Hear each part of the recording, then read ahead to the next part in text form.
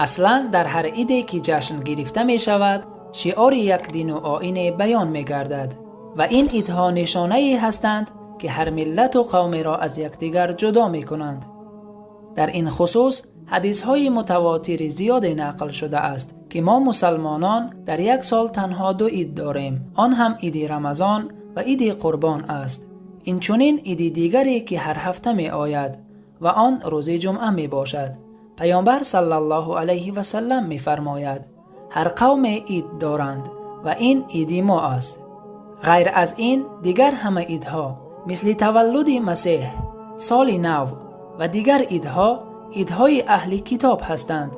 برای مسلمانان جایز نیست که آنها را جشن بگیرند و تهنیت بگویند و در آنها اشتراک کنند. این چنین در این روزها به کسی هدیه دادن و یا لوازماتی که برای استفاده و آرا و تارای این عیدها فروخته می شود یا آماده کردن طعام به خصوص این عیدها جایز نیست. جایز نبودن این عملها 2 سبب دارند. اول اینکه این تشبیه شدن به آنها و اقرار شدن به کفر آنهاست، اما اسلام پیروانش را از تشبیه کردن خود به آنها منع کرده است. دوم، جشن گرفتن این عیدها یک نوآوری در آوردن در دین خدا است. ابن قیم رحمه الله می گوید اما تبریک گفتن کفار و شعارهایی که خاص آنهاست به اتفاق علما حرام است، و مانند تبریک گفتن آنها در عیدهایشان، مثل که بگوید این عید بر شما مبارک، یا مثل تبریک گفتن در هر عید یا مانند آن. پس اگر گوینده این سخن اگرچه از کفر سالم ماند هم لیکن از گناه خالی نمی ماند و این معنای معامله بد و دشمنی با آنها را ندارد.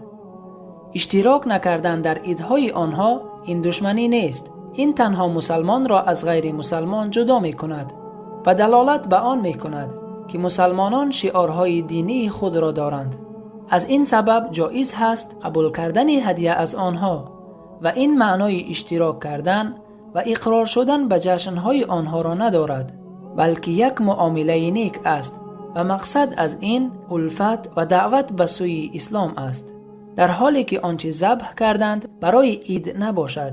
ابن تیمی رحمه الله می گوید اما دلیل پذیرفتن هدیه از آنها در روزهای عیدشان آن است که ما روایت از علی ابن ابو طالب رضی الله عنه داریم که برای او در عید نوروز هدیه داده شد و او قبول کرد، و روایت داریم که در رعیت ابو برزه اهل مجوس نیز بود، آنها برای او در عیدهای نوروز و مهرگان هدیه می دادند و او به اهلش می گفت هرچی از میوه هاست بخورید و اگر غیر این است آن را ترک کنید. این بود کم معلومات درباره عیدهای مسلمانان و غیر آن. در آخر گفتنی هستم که خداوند همه ما و شما را به راه راست هدایت نماید.